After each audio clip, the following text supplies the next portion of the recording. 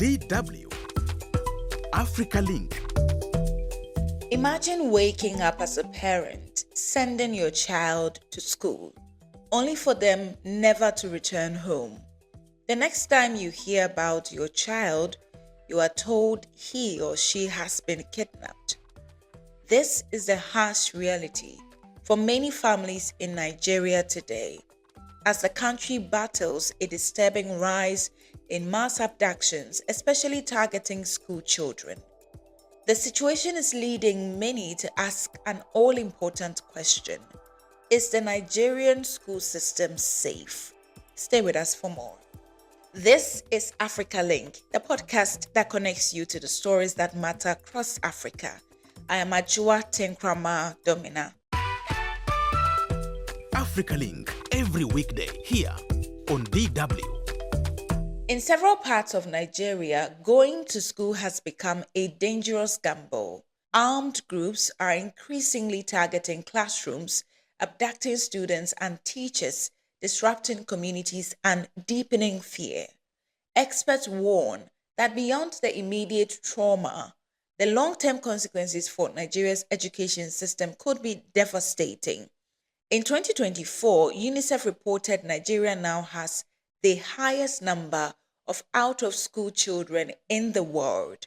According to the data, over 10.2 million children were not attending primary school, and another 8.1 million were missing from junior secondary classrooms.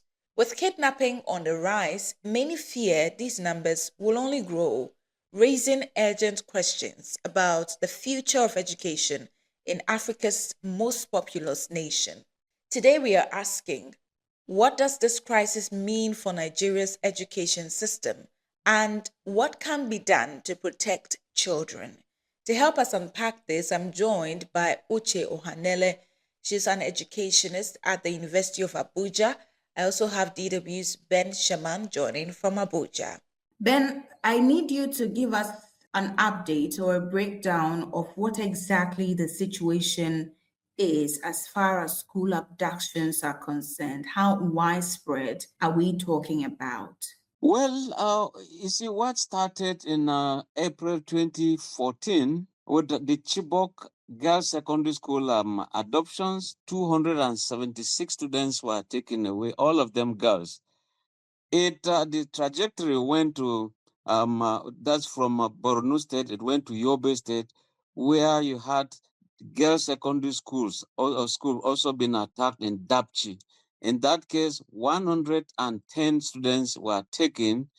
All of them are Muslims except one, Leah Sharibu. Up to today, she's still being held since 2018. Then it went up to Kaduna State, Kuriga, for example, where 287 students were also taken, including teachers. And of course, you have a private university in Kaduna State, Greenfield University, that was attacked. So it also, a seminary was also belonging to a Catholic church was also attacked. Same thing with one for Baptist.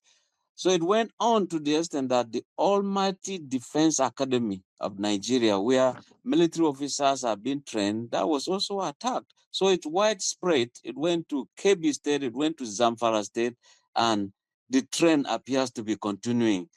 So it's a serious issue here in Nigeria. Currently, how does it look like? The last incident we heard about was somewhere in May, where over 50 students and teachers were abducted. We were even told that teenagers and toddlers were part of the people who abducted. What can you tell us about that? The victims are still under custody of the adopters, the kidnappers. Sadly, one of the teachers was beheaded in terms of trying to force government to negotiate with them, force government to pay some ransom. Also part of the recent ones, we also had St. Mary's Catholic School in Papiri in Niger State. Again, 315 female students were taken away just like that. So These are some of the most recent ones, and the ones that we're talking about, where we had the beheading of a teacher, is in Oyo State. The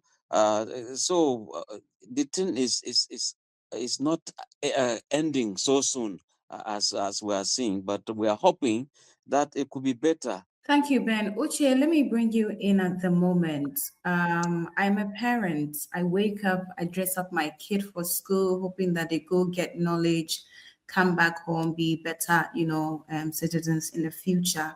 By the time it's evening and I'm expecting them back home, I hear that they have been abducted. How worrying is this situation to the education system, especially in these areas that we are talking about? Education thrives on one thing: a sense of safety. The moment parents begin to fear, just like what you said, that their child may leave for school and not return home, education is no longer the priority. Survival becomes the priority. And one of the most troubling consequences of school abductions in Nigeria is that many parents no longer see school solely as a place of learning. They now see it as a potential security risk. Before enrolling your child in school or allowing them to attend classes daily, many parents first consider whether the school is safe enough. Can you imagine that? In communities that have experienced attacks, some parents deliberately keep their children at home because they fear they may never return. For families already struggling with poverty, insecurity provides yet another reason to withdraw their children from school. This is so rampant in the northern part of Nigeria. The situation is dangerous because education should be a pathway to opportunity, not a source of fear. When parents are forced to choose between their child's education and their child's safety, society is failing in one of its most fundamental responsibilities. Now, I know that the government has instituted several measures, including the Safe Schools Initiative. Why does it look like it's still not yielding any results? Well, I would say that the Safe School Initiative is a commendable idea. Let me start with that. And is an important step in the right direction, but its impact has been uneven. The initiative has succeeded in drawing national attention to the need for school safety and has introduced valuable frameworks for protecting learners and educators. However, implementation is the problem. Implementation remains a challenge. Many schools, particularly in the rural and vulnerable communities, still lack adequate security infrastructure, emergency preparedness systems, and sufficient resources. One of the realities in public policy is that a good policy is only as effective as its implementation. The issue is not necessarily the absence of ideas. Rather, it is ensuring that those ideas reach every school. So I think going forward, there is a need for stronger monitoring, greater funding, better coordination among stakeholders, and more community involvement. Great. I'm going to come back to you on the solutions because on this podcast we are heavy on getting practical solutions, not just talking about the problem. So I'll come back to you. But Ben, at the moment, do we have certain areas that have widespread occurrences of these abductions? Is there a pattern where you say that in this area ABC, you usually find that in a year you have one or two abductions taking place? Well, we are not actually talking about in a year whether there is just one or two. You just have to say numerous, so many cases are happening. And when Boko Haram first struck, the very meaning of Boko Haram is a corrupt Boko book. Haram is forbidden. In other words, Western education, Western civilization is forbidden. And in doing so, they struck first in Maiduguri, and the targets were security agencies who, if they weaken the security, then they can easily overrun schools. So in overrunning schools, I've been a defense correspondent or a war correspondent We've gone to many of these places. You hardly will see a school standing in rural areas. It's common in the northeastern part of the country, Borno State, Yobe State in particular, they are worst hit. Then when you move a bit to the southwest, these are 7 states in all.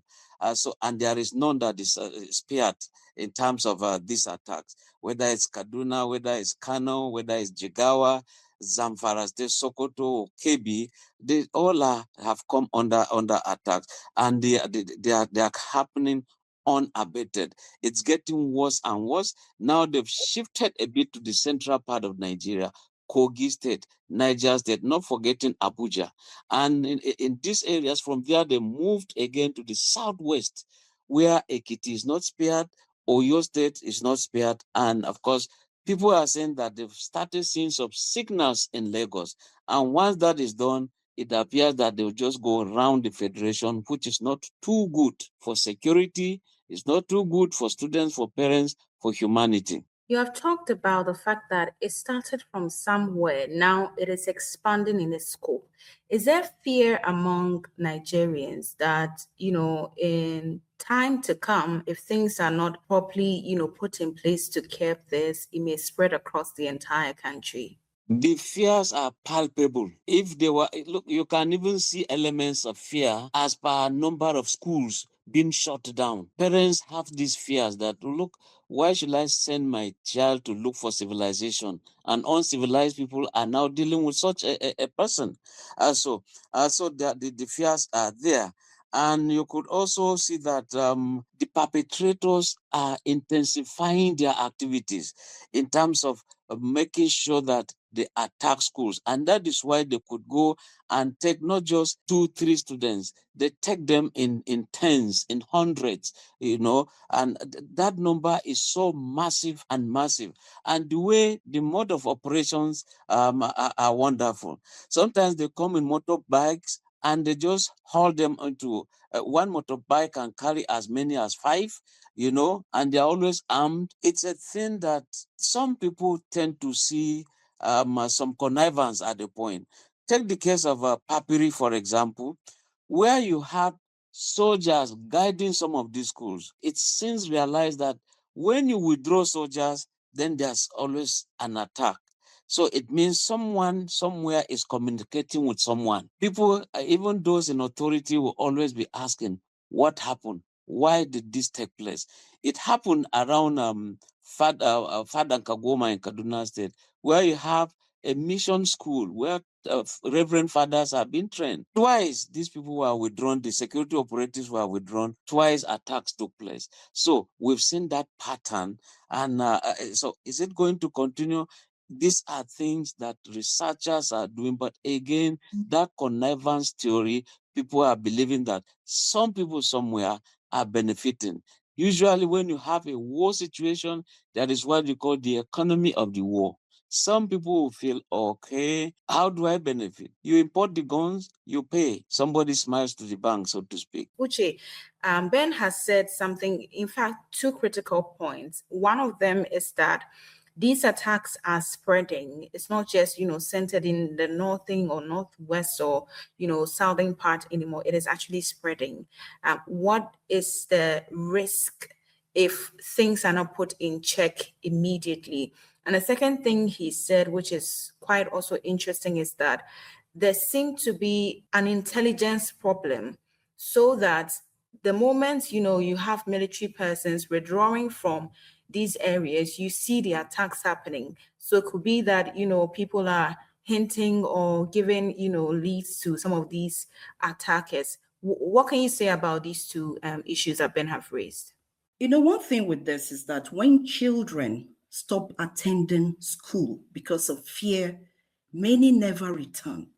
Some become involved in child labor, street hawking, or other survival activity. Others lose interest in education altogether. And these children are the future leaders of this country. Girls even face greater risk. Once withdrawn from school, some may be pushed into early marriage or domestic responsibilities, making it difficult for them to resume their education. Every child who misses out on education represents lost human potential. Every child pushed out of school today represents a lost doctor, a lost teacher, a lost engineer, entrepreneur, or leader tomorrow. So that is the impact. We have greater risks. Just like Mr. Ben said, there have been concerns and allegations in some cases that criminals may receive help from people who know the area, leak information, act as informants. This can include people who know the communities well, understand security movements, or provide details about vulnerable targets. However, it's not always proven in every incident, and we need more investigations. More investigations are needed before blaming individuals or communities. Interesting. Thank you for those 2 points. And I'm sure that, law enforcers usually investigate these matters. But then, in terms of how authorities are responding to these kidnappings, what have you seen on the ground? Is it more reactionary, or they are proactive? They are proactive in dealing with these issues? It's both. First of all, it's because of the attacks that you now have the Safe School initiative. If there hadn't been these attacks, there wouldn't have been a way of trying to ensure there's this Safe School initiative. So it tends to be reactive. Before now, however, many schools had what you call fences. You have perimeter fence around the school.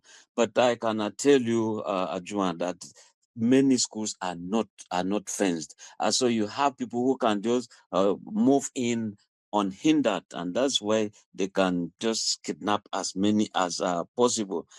Outside that, yes, there are times you have a deployment of soldiers or policemen to go guard schools, but again, how many are they? Well, I mean, the personnel being posted to school to take guards. You could see that there are so few. And when these attackers come, they come in their numbers, and they can go into what you call hit and run. By the way, Nigeria is fighting what you call asymmetric warfare. You don't even know the enemy. He's not in uniform. He strikes this demand eating with you and pretending to be a friend. Goodluck Jonathan actually said all of this, that Boko Haram members and their associates, those involved in conspiracy theory, they are in government, so to speak. Outside that, government too, there are times they will meet with traditional rulers and said, look, assist to ensure that there is security within their domain. But these are people who can simply talk. They don't have any arm. Okay, you're talking about state governors, where you said they are the state chief securities of their state. They don't control any policeman, not even one. And that is why today people are saying, okay, they intend to create state police. If you create state police, there will now be, every state government will have that, then deployment will increase. It also follows that there has to be training and all that. Then you also have those you call the forest guards.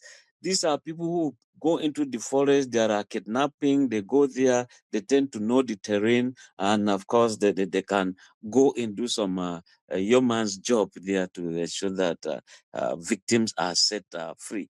Thank you, Ben. Uche, if this trend continues, what are we likely to see in the coming years? Children who survive kidnappings or violent attacks will carry emotional wounds long after physical danger has passed. Protecting schools is therefore not merely an educational responsibility, it's a national security. The psychological trauma, I keep on going back to this because I'm a counselor, the psychological trauma can be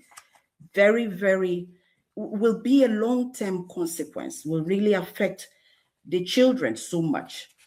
If it continues, a lot of things will be destroyed in this country because education is a pathway to opportunity. A lot of things will not happen. For instance, let me give you a personal experience that I had. I had my child in one of the good schools here on the outskirts of Abuja.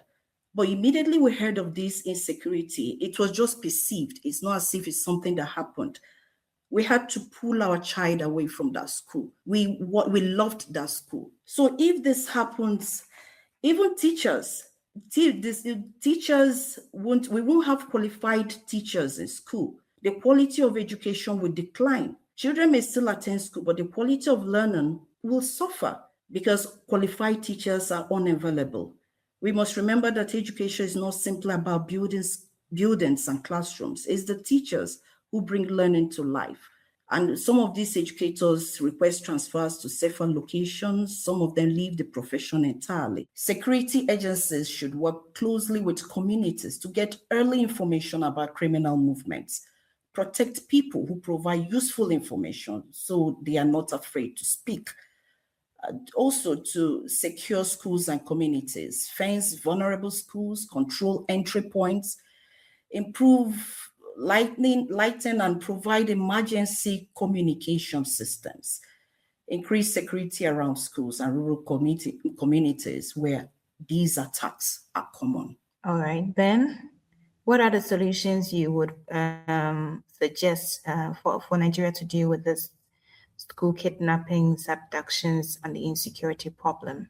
Yes, quite a lot of suspects in custody will always tell you, look, they don't have jobs doing. And as little as 5,000 naira, they get enlisted by either the Lakurawas, Mamudawas, or ISWAP. So that tells you if employment is provided, that will be it. If you think education is expensive, try ignorance.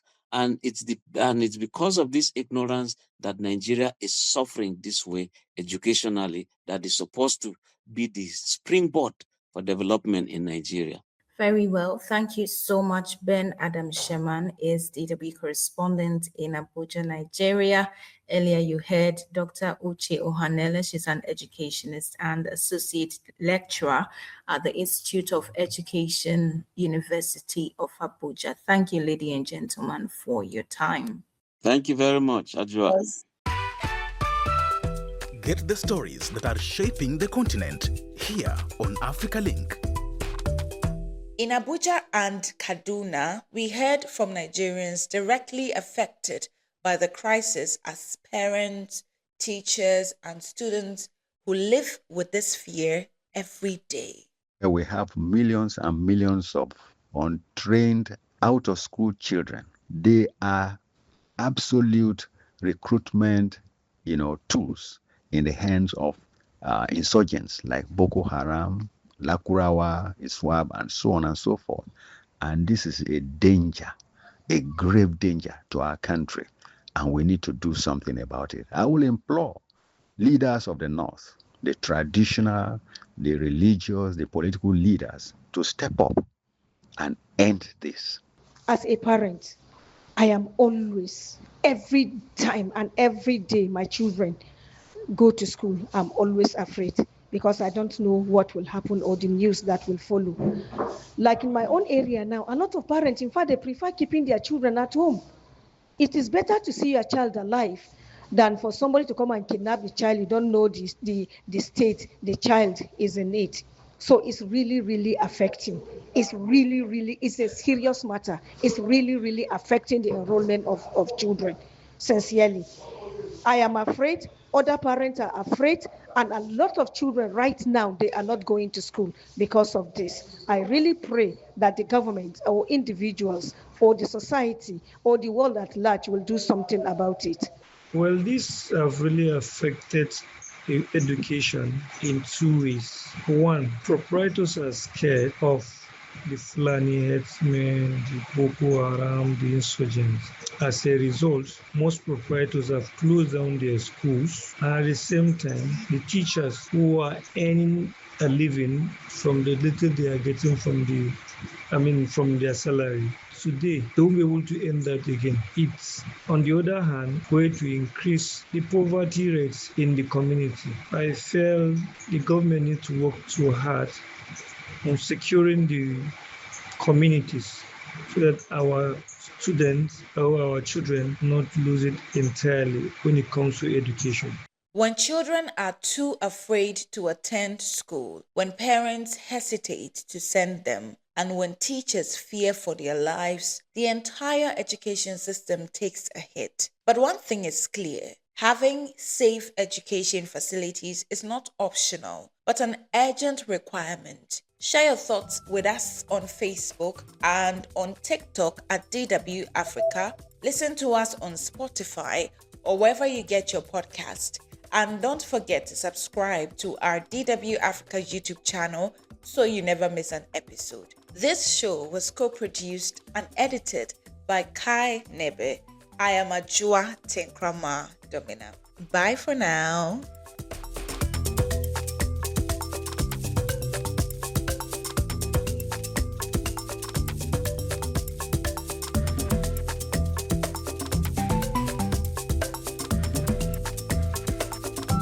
DW. Made for minds.